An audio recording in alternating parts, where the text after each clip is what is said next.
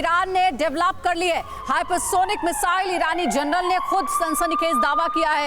Iran के दावे के बाद अमेरिका अब अलर्ट मोड पर आ गया है। तो ईरान ने हाइपरसोनिक मिसाइल डेवलप कर ली है और इस बात से चिंताएं अमेरिका की बढ़ रही हैं। अमेरिका अब सतर्क हो गया है, अलर्ट मोड पर आ गया है ईरान के इस एक्टिविटी को देखते हुए। तो आइए अब आपको डिटेल में बताते हैं कि ये बेहद सनसनीखेज जो ईरान की तरफ से घोषणा की जा रही है उसको आपको डिटेल में समझाएं और किस तरह से हाइपरसोनिक यानी कि हवा की जो रोशनी की रफ्तार है उससे काफी ज्यादा तेज, और क्योंकि हाइपरसोनिक एक नया डोमेन है, बहुत ज्यादा महत्व रखता है कि कोई मिसाइल अगर तेजी से आगे बढ़ जाए और एयर डिफेंस सिस्टम उसे किसी भी तरह से इंटरसेप्ट नहीं कर पाए। आपको बता दें कि made in Iran hypersonic missile का क्या मतलब है, इसको डिटेल में समझिएगा जरूर, क्योंकि ये अगला वॉर फ्रंट है। जिस तरह से लगातार पिछले कुछ महीनों में रशिया और यूक्रेन के बीच में लगातार जंग छिड़ती जा रही है। ईरानी जनरल आमिर अल हजीज़ादेह ने कहा है कि ईरान ने हाइपरसोनिक मिसाइल बना ली है। ईरान और आगे रूस भी लगातार कई टेक्नोलॉजीज पर डिफेंस में साथ में कोलैबोरेट कर रहा है, और एक नया दावा आया है कि ईरानी हाइपरसोनिक की कोई काट नहीं है। यानी कि जो बात आपको मैं पहले बता रहा था कि कोई एयर डिफेंस सिस्टम इसे रोक नहीं पाएगा, किसी भी डिफेंस सिस्टम को भेजने में ये सक्षम है। अगला पॉइंट देखिए, मिसाइल को डेवलप करने में करीब 10 साल का वक्त लग गया है। ईरान के दावे के बाद IAEA अलर्ट हो गया है, और आपको बता दें कि IAEA अलर्ट इसलिए हो गया है क्योंकि हाइपरसोनिक मिसाइल डेवलप करने का मतलब है कि उतनी तेजी से न्यूक्लियर वॉरहेड किसी भी दूसरे दुश्मन देश के पास पहुंचाया जा सकता है बिना किसी डिटेक्शन के, बिना किसी इंटरसेप्शन के।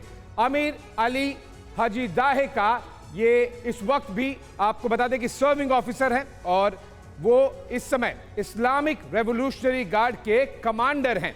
साथ ही आपको बता दें कि हजीज़ादेह का तैनाती में ये एरोस्पेस यूनिट है और इनकी देखरेख में इस एरोस्पेस यूनिट के तहत काम किया गया है।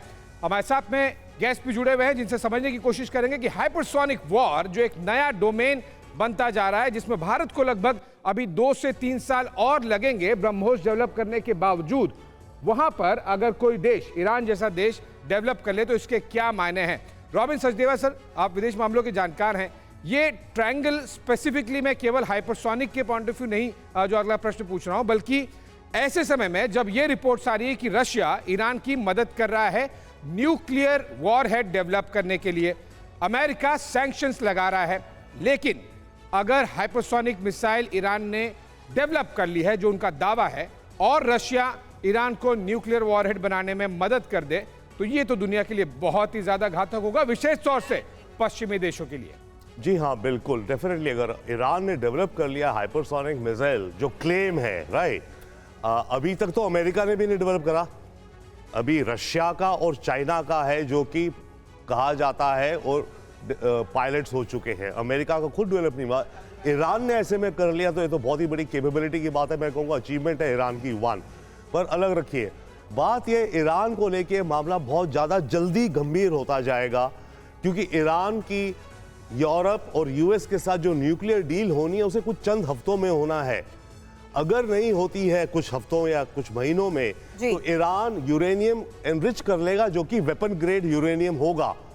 और इजराइल पूरा प्रयास कर रहा है, बाकी सब देश भी कर रहे हैं, पर इजराइल की तरफ से खतरा है अटैक का कि ईरान अगर न्यूक्लियर डील नहीं होती है और यूरेनियम एनरिच करना शुरू कर देता है वेपन ग्रेड, तो कॉन्फ्लिक्ट के चांस बहुत ज्यादा बढ़ जाते हैं। एग्जैक्टली सर, अब यहाँ पर IAEA चीफ का भी बड़ा हैरान करने वाला ये बयान आया। अगली बड़ी खबर भी यही है, IAEA चीफ राफेल ग्रोसी ने चिंता जाहिर की है और ये कहा है कि अगर ये घोषणा सही है तो इससे शांति को खतरा है। अब ईरानी न्यूक्लियर प्रोग्राम से दुनिया जिस तरीके से पहले ही चिंतित है, उसके तहत ये बयान और इसके मायने क्या है प्रतिमा?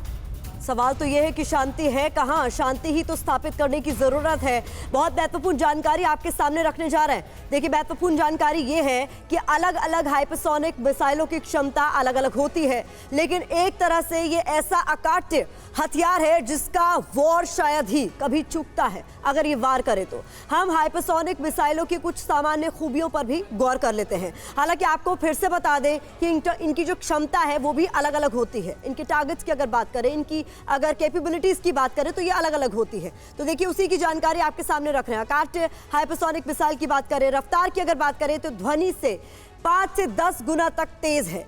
9000 किलोमीटर प्रति घंटे तक की इसकी रफ्तार है। क्षमता की बात करें, ज्यादातर डिफेंस सिस्टम भेदने में ये सक्षम है। टारगेट पर सबसे सटीक हमला करने में ये सक्षम है। वॉरहेड की बात करें, सैकड़ों किलो वॉरहेड से ये लैस है। सक्षम देश चीन और रूस इस मोर्चे पर काफी ज्यादा आगे हैं बाकी देशों के मुकाबले। अमेरिका भी तेजी से इस पर काम कर रहा है। ईरान ने डेवलप करने का दावा कर सभी देशों में खलबली मचा दी है, दुनिया भर में खलबली मचा दी है। भारत, फ्रांस, जापान और ऑस्ट्रेलिया में भी इस पर काम तेजी से चल रहा है। चंदन सर, जितने भी हाइपरसोनिक वेपन्स हैं, ये एक न्यू एरा वेपन्स हैं, जो कि आपने जैसे सही बोला, रशिया और चाइना इसके अंदर काफ़ी आगे है। यूएस इस डेवलपमेंट फेज़ के अंदर है। और अगर आप हमारे अपने काबिलियत देखें तो हमारी जो ब्रह्मोस मिसाइल है वो तकरीबन मैक 5 है, यानी कि ध्वनि की स्पीड से 5 गुना तेज़ उसकी भेजने की शक्ति है। और मुझे पूरा विश्वास है कि इस टाइम जब ये ईरान की खबर आई है, इससे पहले ही हमारे भी जो साइंटिस्ट हैं DRDO, लेकिन सर ईरान का ये दावा कितना मुश्किल बढ़ाता है बाकी देशों के लिए, अगर ये सच है? ईरान का ये दावा इस समय इसको पब्लिक डोमेन में लाने का एक बहुत बड़ा मकसद है। जब जैसे आपको पता है कि पीछे इनके ऊपर एक इल्ज़ाम था कि ये सऊदी अरेबिया के ऊपर अपना अटैक करेंगे।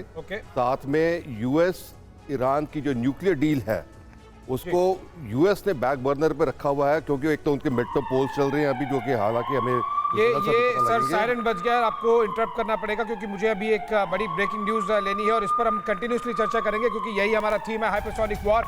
ईरान के साथ इजराइल यूएस की और बड़ी है टेंशन। आपको बता दें कि यूएस इजराइल ने ईरान को हवाई ताकत दिखाई। तस्वीरें देखिए, F-35 और बॉम्बर्स दोनों को उड़ाकर शक्ति का प्रदर्शन किया। ईरान ने हाइपरसोनिक मिसाइल का ऐलान किया था और उसके बाद में ये एक रिटेलिएटरी मैसेज आप समझिए कि किस तरह से। दो तस्वीरों में आप देखिए, बाईं तरफ जो आपको दिखाई दे रहा है वो एक बॉम्बर है और दाईं तरफ जो आपको फाइटर प्लेन दिखाई दे रहा है वो है F-35। दोनों एक साथ उड़ाकर सीधे मैसेज ईरान को। F-35 और बॉम्बर उड़ा करके ईरान को मैसेज देने की कोशिश है। और ये मैसेज कौन दे रहा है? अमेरिका और इजराइल दे रहा है। शक्ति प्रदर्शन एक तरीके से किया जा रहा है। ईरान और इजराइल के बीच की टेंशन जग जाहिर है और इसमें अमेरिका एक बार फिर से इंटरफेयर कर रहा है इजराइल के साथ खड़ा होकर के, ईरान को मैसेज दे करके। इससे पहले जो खबर आई थी उस पर भी आपने गौर किया होगा कि ईरान जैसे ही अपने बैलिस्टिक मिसाइल को डेवलप कर रहा है तो इससे सबसे ज्यादा परेशानी में कौन है? सबसे ज्यादा चिंता में है सुपर पावर अमेरिका, अमेरिकी प्रेसिडेंट जो बाइडेन। और उसके बाद ही ये सारी एक्टिविटीज इजराइल के साथ मिलकर के की गई है। अब आइए आपको दिखाते हैं कि आखिर इजरायली एयर स्पेस में क्या हुआ है और अमेरिका इजराइल की ये जुगलबंदी आखिर क्यों खास है। बिग वॉल पर सारी डिटेल्स आपके साथ रखेंगे। देखिए, यूएस इजराइल वर्सेस ईरान, इस वक्त एक अलग वॉर फ्रंट भी खुल सकता है क्योंकि टेंशन अब चरम पर है। हाइपरसोनिक मिसाइल डेवलप करने के ईरानी ऐलान के बाद से जो टेंशन है, तनाव है, वो बहुत ज्यादा बढ़ गया है। सिर्फ इतना ही नहीं बल्कि अमेरिका और इजराइल ने ईरान को दिखा दी है अपनी सैन्य ताकत। जो खबरें हमने आपको दिखाई, अमेरिकी B-52 बॉम्बर्स ने इजरायली एयर स्पेस में उड़ान भरी है और एक बार फिर से अमेरिका ये सीधे सीधे चेतावनी दे रहा है, अपनी शक्ति दिखा रहा है ईरान को। अमेरिकी बॉम्बर्स को इजरायली F-35 जेट्स ने किया है एस्कॉर्ट और सैन्य सहयोग मजबूत कर रहे अमेरिका और इजराइल इस वक्त नजर आ रहे हैं। सिर्फ इतना ही नहीं बल्कि इजरायली सेना ने कहा है कि इलाके में पैदा खतरे को देखते हुए हम और ज्यादा सतर्क हैं, अलर्ट पर हैं। तो इस तरीके की जानकारियां सामने मिल रही है और लगातार बताया जा रहा है कि टेंशन अब ईरान के साथ अमेरिका की भी बढ़ती जा रही है। त्रिपाठी सर, आपके पास मैं आना चाहूंगी, क्या लग रहा है, क्या एक नया वॉर फ्रंट भी आने वाले समय में हम देख सकते हैं? ईरान और इजराइल के बीच की इस लड़ाई में अमेरिका फिर से मुखिया बनता नजर आएगा, जो लगातार खबरें आ रही हैं सामने, जो डेवलपमेंट्स है उसे देखते हुए? जी बिल्कुल, ये पहले से ही ऐसा है। पहले इजराइल और ईरान का आपस की जो दुश्मनी है चलती रही है। कुछ साल पहले अगर आप याद करें, एक खबर आई थी कि इजराइल प्लान कर रहा है कि ईरान की जो न्यूक्लियर साइट्स हैं उन पर हमला करने के लिए, ये भी न्यूज़ आई थी। और अभी जो चीज़ आई है ये बहुत बड़ी चीज़ है, क्योंकि मैं आपको जरा बताना चाहता हूँ कि जो जिनके पास हाइपरसोनिक मिसाइल हैं 3 ही देश हैं, चीन, रूस और अभी ईरान। अभी अमेरिका ने पिछले महीने किया था जो कि सक्सेसफुल नहीं हुआ था। 2012 से वो कोशिश कर रहे हैं। इससे पहले रूस ने 51 बार टेस्टिंग की थी, तब जाके सक्सेसफुल हुए थे।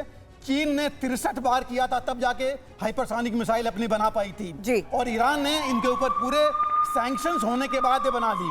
बट आज के माहौल को देखते हुए, आज की टाइमिंग को देखते हुए सर, ये बड़ा एक मूवमेंट है। उस पर चर्चा करने से पहले एक बड़ी खबर, जहां रशियन टारगेट पर यूक्रेनी सेना के हमले को लेकर ये खबर है। यूक्रेनी सेना ने अब अंधाधुंध रॉकेट दाग दिए हैं। तस्वीरें आपके सामने होंगी। यूक्रेनी हमले में भारी नुकसान की खबरें भी आ रही हैं।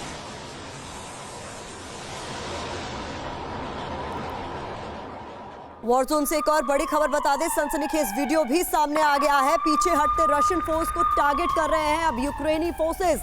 वॉरजोन में अंधाधुंध रॉकेट फायर किए जा रहे हैं। देखिए वीडियो आपके सामने।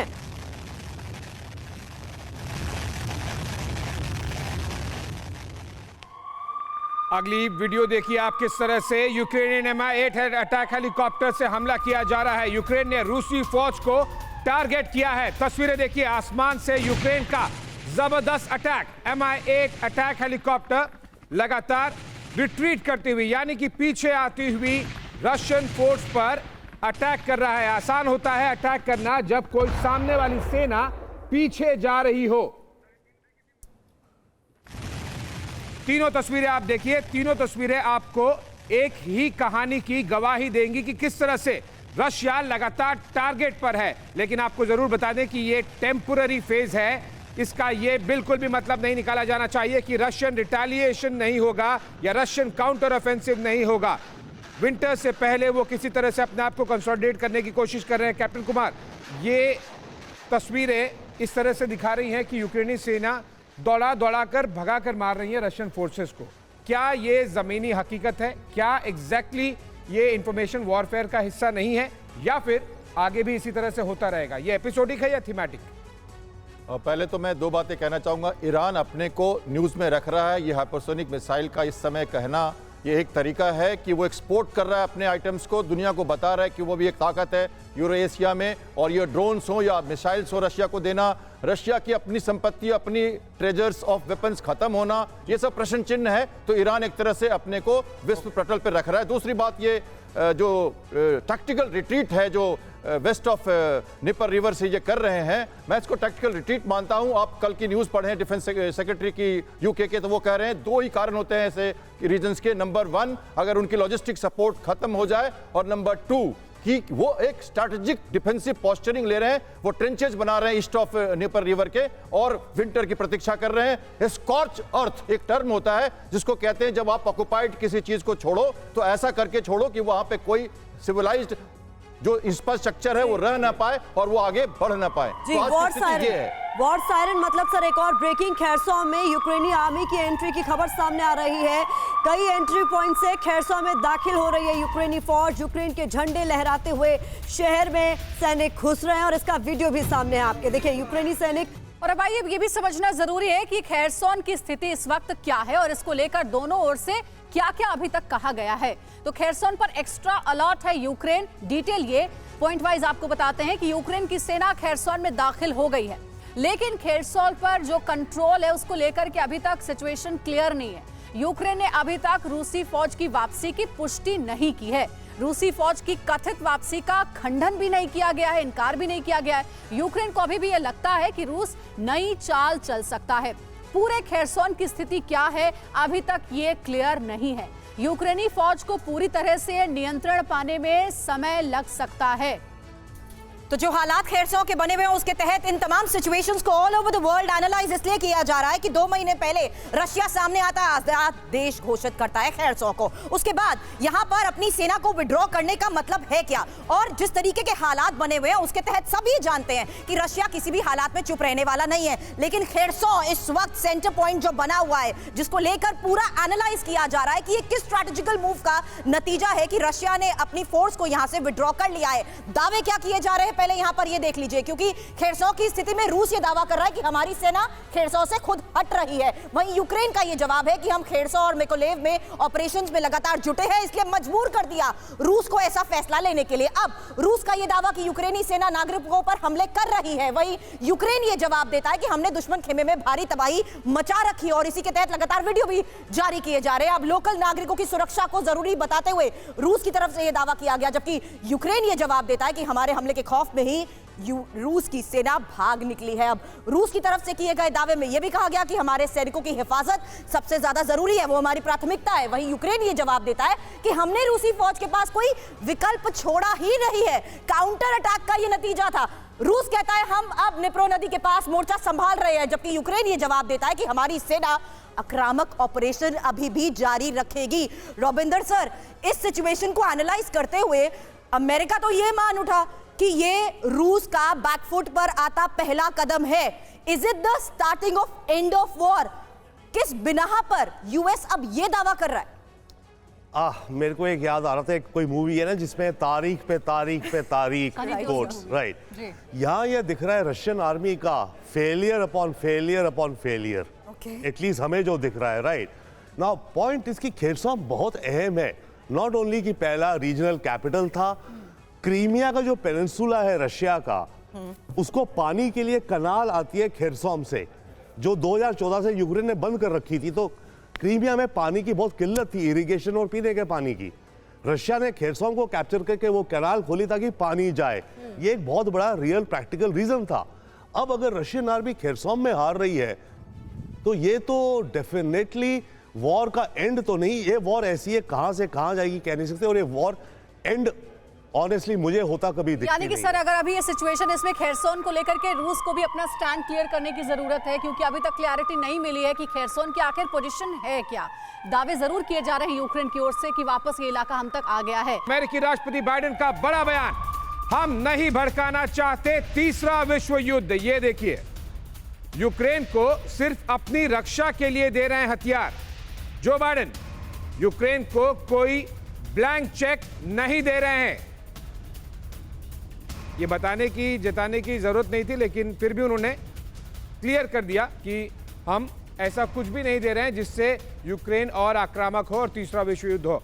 तो जंग के इस हालात में जो बाइडेन का यूक्रेन को दी जा रही मदद को लेकर बड़ा बयान। वहीं यूक्रेनी वॉर में अब नजर आएंगे साउथ कोरियाई हथियार। बड़ी खबर यह है कि यूक्रेन को अब साउथ कोरियाई आर्टिलरी शेल भी मिलेंगे, और आर्टिलरी शेल साउथ कोरिया से खरीद कर ही यूक्रेन अमेरिका भेजेगा, यूक्रेन को अमेरिका देगा।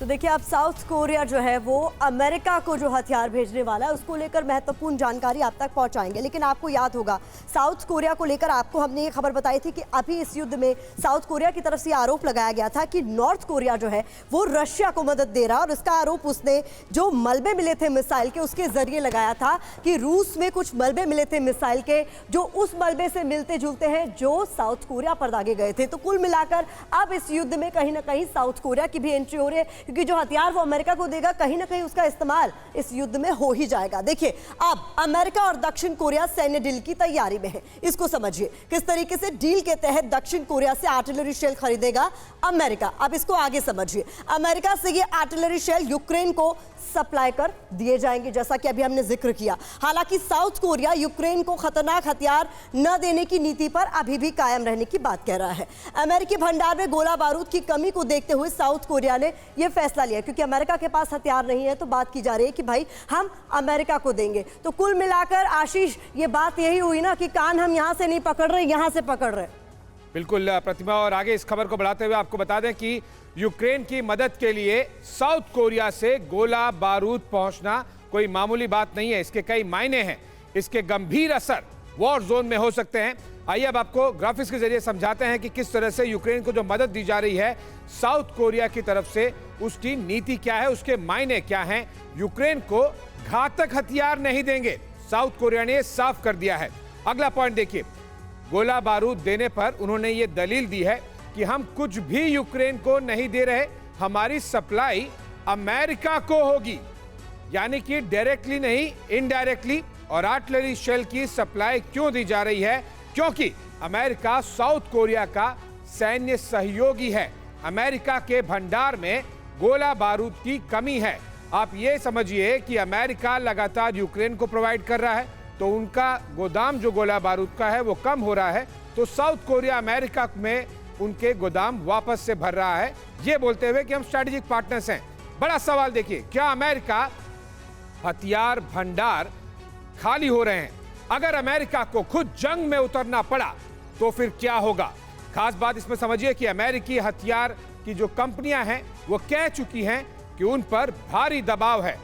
जाहिर सी बात है कि एक पूरा का पूरा सारांश निकलकर कैप्टन कुमार इस तरफ आ रहा है कि जो MIC है, मिलिट्री इंडस्ट्रियल कॉम्प्लेक्स, वो सही चलते रहना चाहिए। वो कंपनियां जब पूरा का पूरा पश्चिम रिसेशन देख रहा है, मंदी है, महंगाई बहुत ज्यादा है, लेकिन यही एक डोमेन है डिफेंस कंपनियों का पश्चिम में, जो दनादन रोज शेयर्स बढ़ाए जा रहा है, ऑर्डर्स लिए जा रहा है, उन्हें सप्लाई करने के लिए टाइम लिमिट कम पड़ जा रही है, वो अब कंप्लेन कर रहे हैं कि वो दबाव में है। ये पूरे ट्रायंगल को आप साउथ कोरिया, अमेरिका, यूक्रेन को क्या केवल MIC को सपोर्ट करने पॉइंट ऑफ व्यू नहीं देखते? 9 मंथ्स का ये युद्ध जो चल रहा है, मेरे ख्याल से एक विश्व के मानचित्र पे, एक कैनवास पे, एक इन कंपनियों के लिए एक बहुत अच्छा मौका साबित हो रहा है। और हर कंट्री आप देखें, ये अपनी अपनी जो मिनिमम क्रेडिबल डिटरेंस हैं, ये इसको बचा के रखना चाहते हैं, चाहे वो रशिया हो। रशिया ने तो अपनी, सब मानते हैं कि उसने अपने सारे आर्म्स सामने नहीं लाए हैं, अपने सैनिक सामने नहीं लाए हैं। इसी तरह से लोग चाहते हैं कि दूसरे देशों का भी जो हथियार है, उनके जो अचीवमेंट्स हैं, उनकी जो DRDO, उनके जो रिसर्च एंड डेवलपमेंट की कैपेबिलिटीज है, वो सब बाहर निकल के आए। तो एक दूसरे को एक तरह से बढ़ावा दे रहे हैं, सब अपनी अपनी रोटी सेक रहे हैं।